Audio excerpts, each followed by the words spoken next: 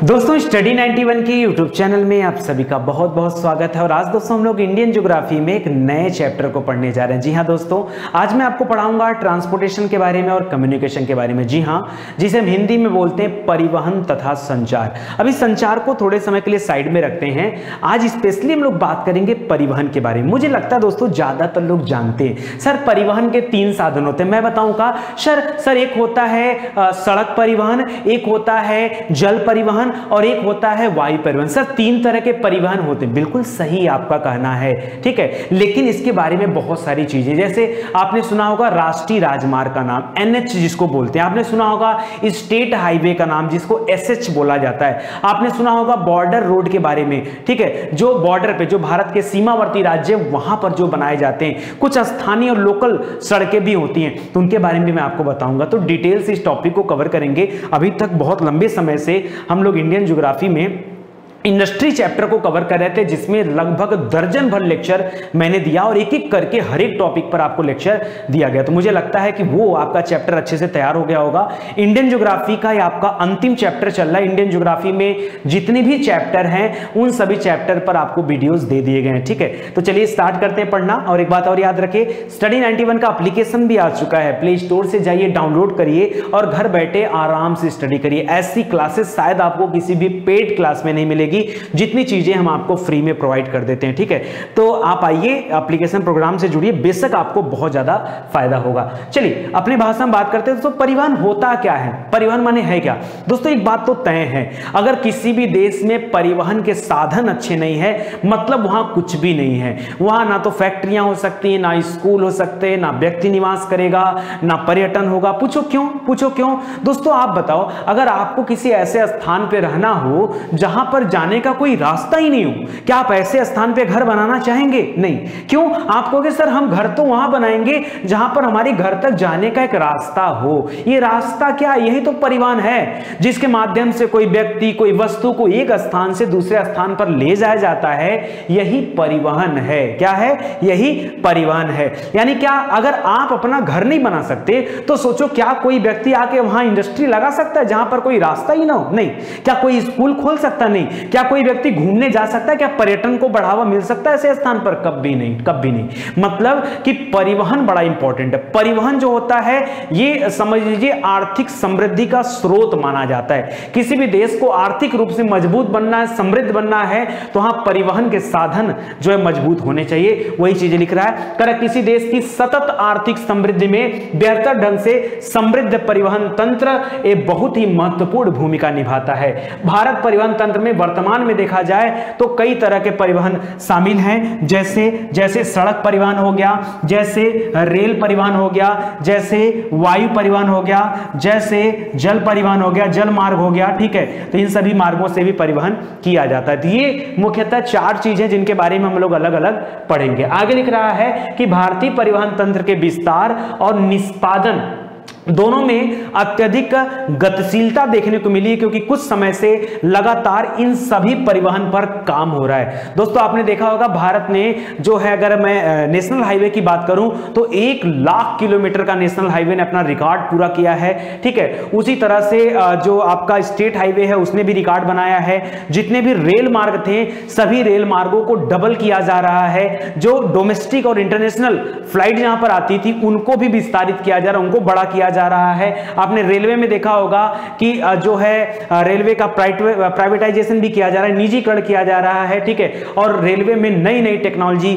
Use करके rail परिवहन को बढ़ावा भी दिया जा रहा है। वहीं अगर हम बात करें जल परिवहन की तो आपने देखा होगा कि इलाहाबाद से लेकर हल्दिया तक जलमार्ग बनाया गया। ऐसे भारत में 5 अलग अलग स्थानों पर जलमार्ग बनाए जा रहे हैं। नदियों के माध्यम से परिवहन की सुविधाएं विकसित की जा रही हैं, ठीक है। तो धीरे धीरे अगर इधर भी देखा जाए पिछले 5-7 वर्षों में तो इस क्षेत्र में काफी वृद्धि देखने को मिली है। लिख रहा है रेल यातायात और नागरिक उड्डयन को छोड़ दिया जाए। क्यों? क्योंकि इसके लिए अलग से व्यवस्थाएं बनाई गई। भाई रेल के लिए एक अलग मंत्रालय बनाया गया, उसके लिए पूरी अलग से व्यवस्था है। उसी तरह से नागरिक उड्डयन के लिए भी अलग से व्यवस्था है। इन दोनों को छोड़ दिया जाए तो बाकी के जिम्मेदारी जो है वो केंद्रीय परिवहन मंत्रालय द्वारा वहन किया जाता है, ठीक है। तो इसको आप ध्यान दीजिएगा। चलिए आगे बढ़ते हैं दोस्तों। बेसिकली अगर हम परिवहन के साधन की बात करें तो साधन तो 3 तीन ही है, जल, थल और वायु, ये तीन ही साधन है, चौथा कोई साधन नहीं होता है। हाँ, अगर मैं स्थल की बात करूंगी, थल की बात करूंगा, तो याद रखिए एक सड़क परिवहन हो गया, रेलवे हो गया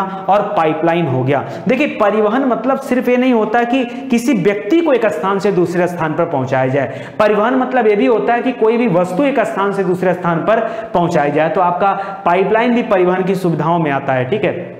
तो याद रखिएगा सड़क, रेलवे और पाइपलाइन। उसी तरह से जल परिवहन की बात करें तो अंतःस्थलीय है और महासागरीय या सागरीय है। अंतःस्थलीय मतलब नदियों के माध्यम से जो परिवहन किया जाता है अंतःस्थलीय हो जाएगा, और सागरीय सागरों के माध्यम से। उसी तरह से अगर हम वायु मार्ग की बात करें तो यहां पर डोमेस्टिक और इंटरनेशनल आ जाता है, ठीक है, यानी एक हो जाएगा राष्ट्रीय और दूसरा हो जाएगा अंतरराष्ट्रीय, ठीक है। तो चलिए एक एक के बारे में डिटेल से कवर किया जाता है, ठीक है। सबसे पहले मैं बात करना चाहूंगा सड़क परिवहन के ऊपर। आज का जो लेक्चर है ये बेसिकली सड़क परिवहन पर ही है, तो सबसे पहले सड़क परिवहन के बारे में आपको बताता हूं, जितने भी इंपॉर्टेंट डेटा है वो भी मैं आपको बताऊंगा। दिख रहा है देश के सामाजिक और आर्थिक विकास में सड़क मार्ग का बहुत बड़ा रोल है। दोस्तों एक बात बताऊं आपको, सिंपल सी बात दोस्तों, डोर टू डोर जाने के लिए अगर मैं आपके घर आना चाहूं तो आपके घर आने का जो सबसे सामान्य रास्ता होगा सड़क। भाई आपके घर, आपके छत पर कोई ऐसा तो है नहीं कि हेलीपैड आपने बना रखा है, डायरेक्ट हेलीपैड आ रहा है, हाँ ऐसा तो है नहीं, हेलीकॉप्टर आ जा रहा है, या फिर आपका घर एकदम जो है अंतरराष्ट्रीय विमान क्षेत्र में ही स्थित है, ऐसा भी पॉसिबल नहीं है हो, या ऐसा भी नहीं कि आपके घर पर ही रेलवे स्टेशन बना हुआ, ऐसा भी नहीं है। मतलब बाकी के साधनों का इस्तेमाल आप नहीं कर सकते हो।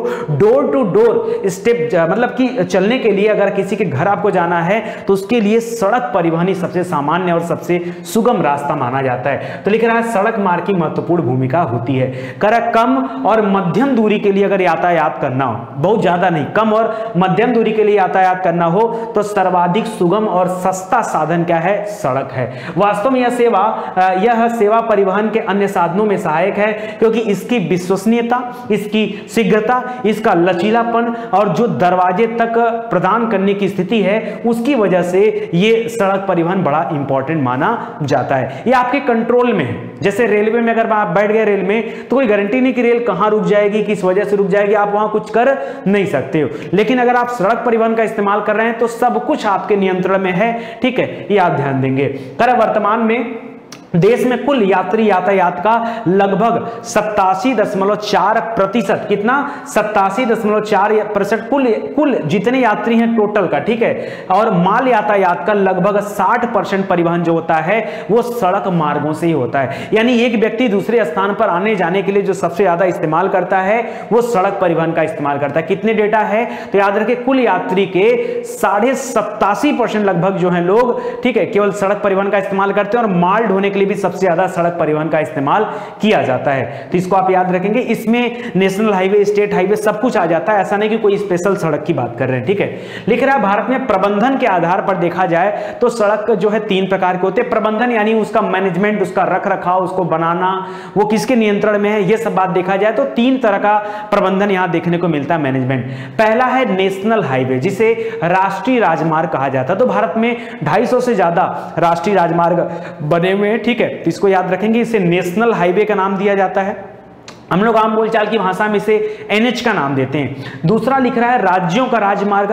राज्यों का जो राजमार्ग है दोस्तों, ठीक है, राज्यों का जो राजमार्ग, इसे स्टेट हाईवे का नाम दिया जाता है। और तीसरा है सीमावर्ती सड़कें, जिनको बॉर्डर रोड्स कहा जाता है, यानी जो किसी दूसरे देश की सीमा से बनी हुई, जैसे बांग्लादेश के आसपास में जितने भी राज्य हैं, भूटान के आसपास में जितने भी राज्य हैं, म्यांमार के आसपास में जितने भी राज्य हैं, नेपाल के आसपास में जितने भी राज्य हैं, या फिर आपका अरुणाचल प्रदेश का जो एरिया चीन से टच है वहां पर जो राज्य हैं, यहाँ अफगानिस्तान और पाकिस्तान से जो टचअप बना रहे हैं वहां के जो राज्य हैं, वहां पर BRO के द्वारा सड़कें बनाई जाती है, बॉर्डर रोड ऑर्गेनाइजेशन, ठीक है। आगे लिख रहा है इसके अलावा जिला सड़कें और ग्राम सड़कें भी हैं, तो उसको भी याद रखिएगा। दोस्तों आपने कुछ पत्थर देखे होंगे जिस पर किलोमीटर लिखे होते हैं, तो किलोमीटर में आपको बताना चाहता हूं, जिन पत्थरों पे ऊपर पीले रंग की एक पट्टी बनी होती, नीचे सफेद लिखा होता है, जानिए कि वो नेशनल हाईवे को दर्शाता है। क्या चल रहा है, मतलब आप किस रूट पे जा रहे हैं? नेशनल हाईवे पे जा रहे हैं। अगर यही आपके सामने ग्रीन और व्हाइट का कॉन्सेप्ट आ जाए तो मान लीजिएगा वहां पर स्टेट हाईवे है। क्या है? स्टेट हाईवे है।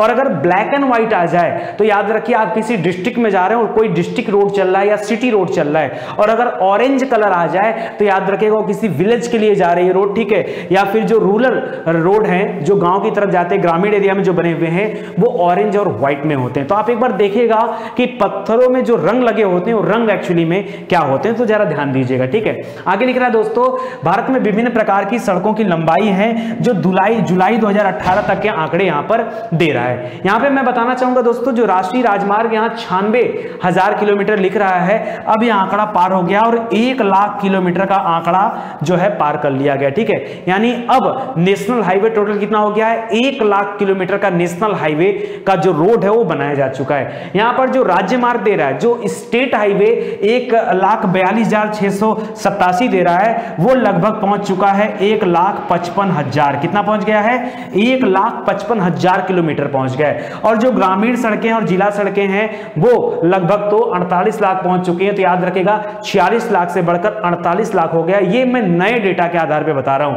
तो आपको दोनों डेटा याद रखना। 2018 का डेटा भी आपके सामने है, जो नया डेटा है वो भी मैं आपको बता दिया, ठीक है। तो इसको आप लोग ध्यान रखेंगे। चलिए आगे बढ़ते हैं। अब आगे एक एक के बारे में पढ़ते हैं। स्टेट हाईवे में क्या है, नेशनल हाईवे जिसे बोलते हैं, या ठीक है सॉरी, नेशनल हाईवे में क्या है, स्टेट हाईवे में क्या है, रूरल जो रोड है उसमें क्या स्थिति है, सब पढ़ते हैं, ठीक है।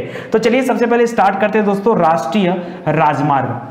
लिख रहा है कि राष्ट्रीय राजमार्ग के निर्माण, प्रबंधन और रखरखाव की जिम्मेदारी वो किसकी है, तो याद रखिए वो NHAI, नहाई जिसको बोलते हैं, national highway authority of India, उसकी है, या आप कह सकते हैं कि केंद्र सरकार की जिम्मेदारी बनती है, ठीक है। तो याद रखिएगा केंद्र सरकार करा यह कार्य। परिवहन मंत्रालय, राज्यों के लोक निर्माण विभाग जो राज्यों का PWD है, और भारतीय राष्ट्रीय राजमार्ग प्राधिकरण जिसे हम NHAI के नाम से जानते हैं, और सीमा सड़क संगठन जिसे हम BRO के नाम से जानते हैं, उनके द्वारा यह परिवहन मंत्रालय काम करवाता है, ठीक है।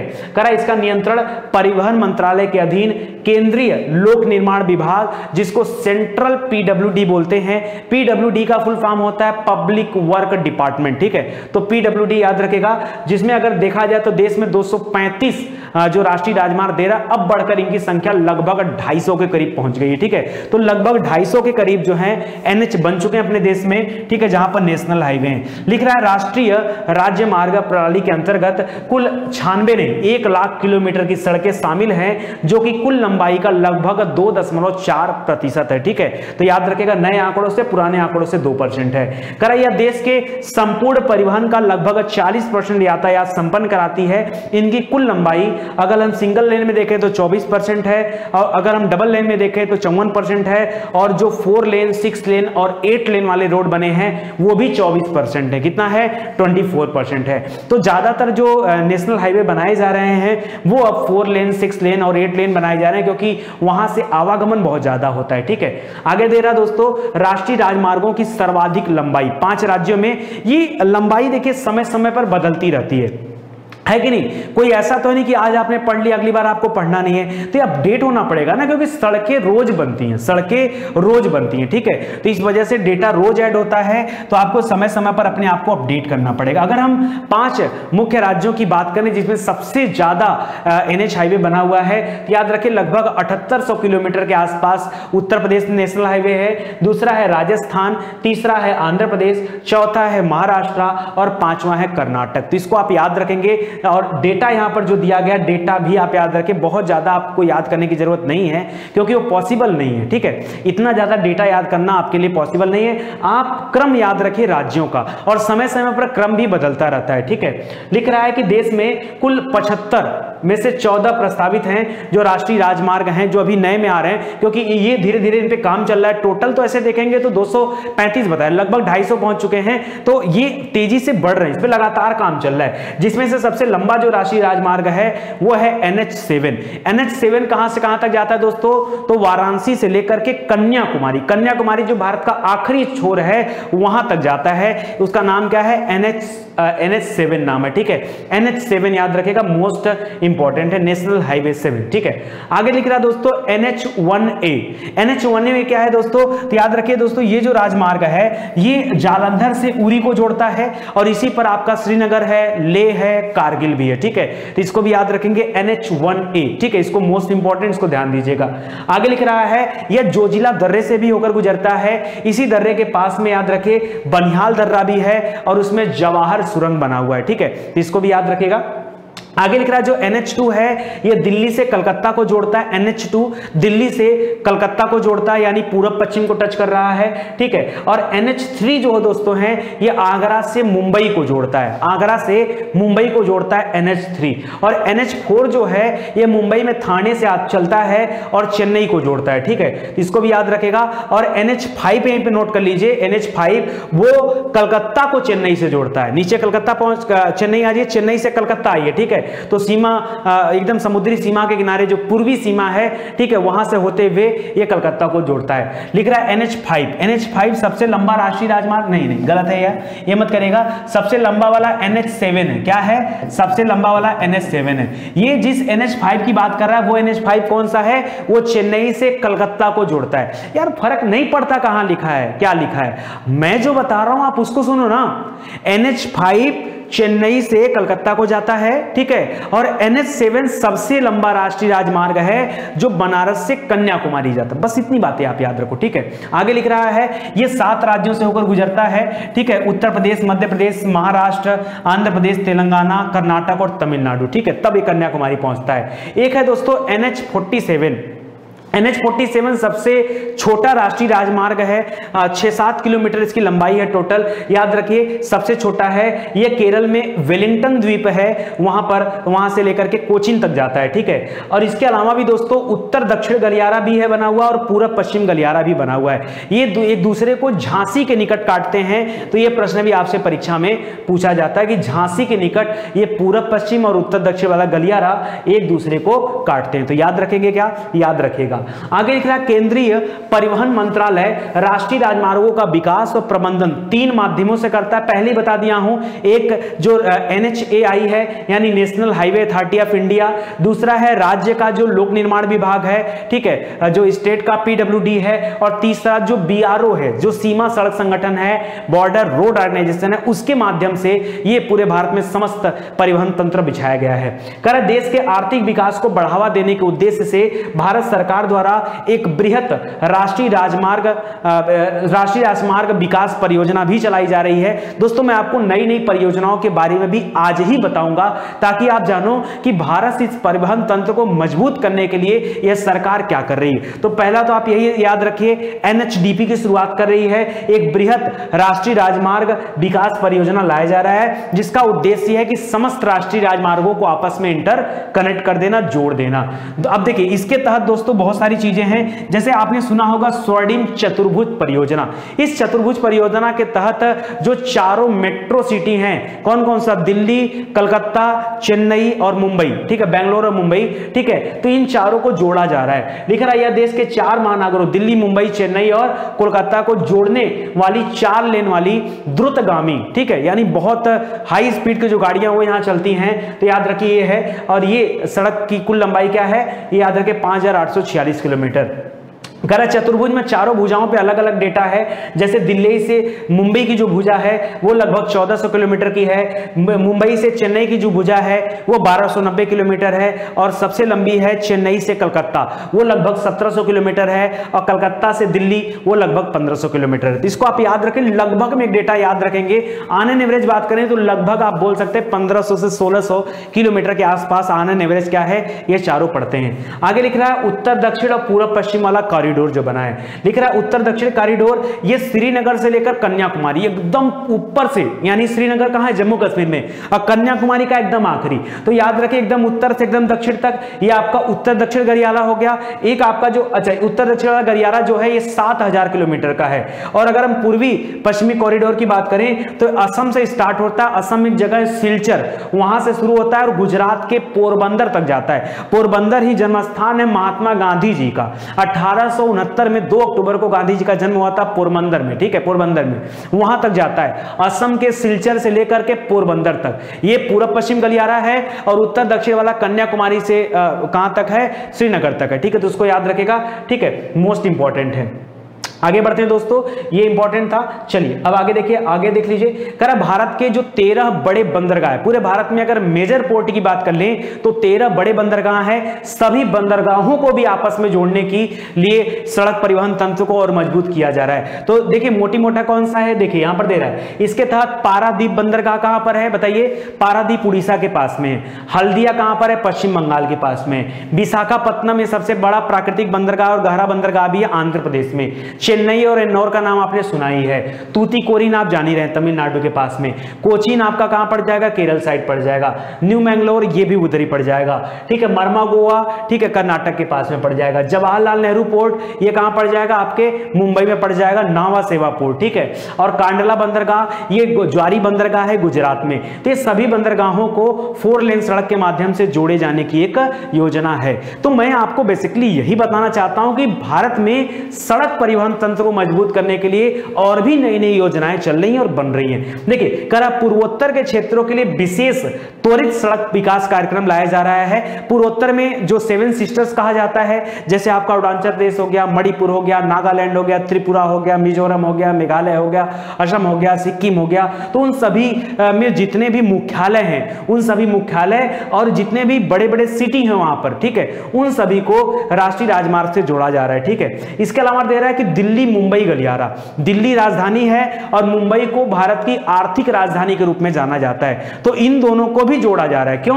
भाई, ये दोनों में क्या है, उद्योग बहुत ज्यादा है। तो लिखा है दिल्ली मुंबई औद्योगिक गलियारा परियोजना। यहां पर निवेश और व्यापार को प्रोत्साहन देने हेतु इसको विकसित किया जा रहा है, इसको भी ध्यान दीजिएगा। इस परियोजना को भारत और जापान के संयुक्त प्रयासों से जोड़ा जा रहा है। लगभग 1483 किलोमीटर की यह योजना होगी, जो कि उत्तर प्रदेश के दादरी नामक स्थान से शुरू होकर के कहां तक जाएगी, मुंबई के जवाहरलाल नेहरू जो बंदरगाह है वहां तक जाएगी, ठीक है। 6 राज्यों से होकर ये गुजरने वाली है, ठीक है। इसको याद रखेंगे, इसको Delhi Mumbai industrial corridor development corporation के द्वारा DMICDC के द्वारा बनाया जा रहा है। एक भारतमाला परियोजना है दोस्तों। जिस तरह से आपने सागरमाला परियोजना के बारे में सुना है, उसी तरह से भारतमाला परियोजना है। करा सड़क परिवहन राजमार्ग मंत्रालय के अंतर्गत जो शिपिंग प्रोजेक्ट मॉडल है, उसी के आधार पर जो अंतरराष्ट्रीय सीमा सड़कें हैं उनको भी इसके तहत आपस में जोड़ा जा रहा है। इसी तरह से हरित राजमार्ग नीति भी आई है, ठीक है। आपने सुना होगा भाई, हाल ही में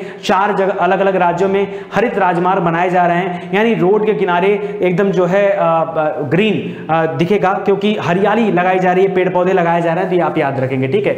वहां पर पौधारोपण, प्रत्यारोपण, सौंदर्यीकरण, रख रखाव, ये सभी उसका उद्देश्य है, तो याद रखेगा, ठीक है। इसी तरह से दोस्तों ये तो रहा नेशनल हाईवे की बात। अगर हम राज्यों के राजमार्ग की बात कर लें, यानी स्टेट हाईवे की बात कर लें, तो याद रखेगा राज्यों की सड़कों का निर्माण, रख रखाव, ये सभी राज्य सरकारों के द्वारा किया जाता है। और अगर संघ शासित क्षेत्रों का मामला है तो वहां पर संघ शासित सरकार के द्वारा कामधाम किया जाता है। राज्य राजमार्ग सभी जिला मुख्यालयों को प्रदेश की विशेष राजधानी जो है उससे जोड़कर रखते हैं, ठीक है। जैसे मान लीजिए अगर हम उत्तर प्रदेश की बात करें तो उत्तर प्रदेश में इलाहाबाद है, बनारस है, गोरखपुर है, मथुरा है, आगरा है, कानपुर है, ठीक है। ये सभी जो मुख्यालय जहां बनाए गए, इन सभी को लखनऊ से अटैच किया जाएगा, ठीक है। तो ये एक योजना है। सीमावर्ती सड़कों की बात करें, बॉर्डर रोड ऑर्गेनाइजेशन की बात करें, तो जहां जहां पर बॉर्डर है, जो किसी दूसरे देश के साथ सीमा बनाते हैं, वहां पर यह BRO काम करता है। करा इसके अतिरिक्त सीमा सड़क संगठन भी देश के सीमावर्ती क्षेत्रों में सेना की सहायता के लिए तीव्र गति से सड़कों और हवाई पट्टी का निर्माण करता रहता है। अगर हम बात करें सिक्किम में प्रोजेक्ट दंतक का,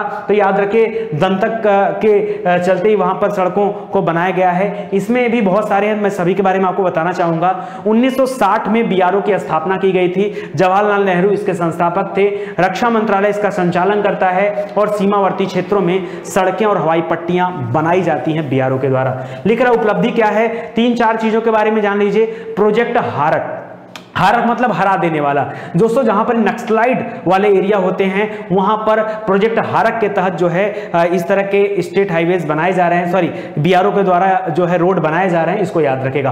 प्रोजेक्ट दंतक की बात करेंगे तो भूटान देश के आसपास में और असम के आसपास में, ठीक है, जो हमारी भूमि है वहां पर BRO के द्वारा प्रोजेक्ट दंतक के तहत जो है सड़क बनाई गई है। प्रोजेक्ट बीकन जो है दोस्तों याद रखें, मदखा में सैनिक छावनी हेतु सड़क निर्माण किया गया है, या ऊंचे ऊंचे स्थानों पर जो सड़क निर्माण होता है प्रोजेक्ट बीकन के माध्यम से करा। रोहतांग दर्रे से टनल का निर्माण कार्य भी इसी के द्वारा संपादित किया जा रहा है। दोस्तों आपने कई बार जीटी रोड का भी नाम सुना होगा, जिसको ग्रांड ट्रंक रोड भी कहा जाता है। शेरशाह सूरी ने सबसे पहले रोड बनाया था। पाकिस्तान में पेशावर से लेकर के कलकत्ता तक ये रोड आती है, तो उसको याद रखेगा जीटी रोड है, ठीक है। इसी को शाही राजमार्ग कहा जाता है। दोस्तों वैसे तो अगर हम शेरशाह सूरी की बात करें तो शेरशाह सूरी जो था, इसके बारे में थोड़ी सी बातें याद रखें, परीक्षा में बहुत ज्यादा पूछा जाता है। 1539 और 1540 में दो लड़ाइयां लड़ी गई थी। 1539 में जो लड़ाई थी उसका नाम था चौसा का युद्ध। क्या नाम था? चौसा का युद्ध। और 1540 में जो लड़ाई लड़ी गई थी उसका नाम था बिलग्राम का युद्ध। क्या नाम था?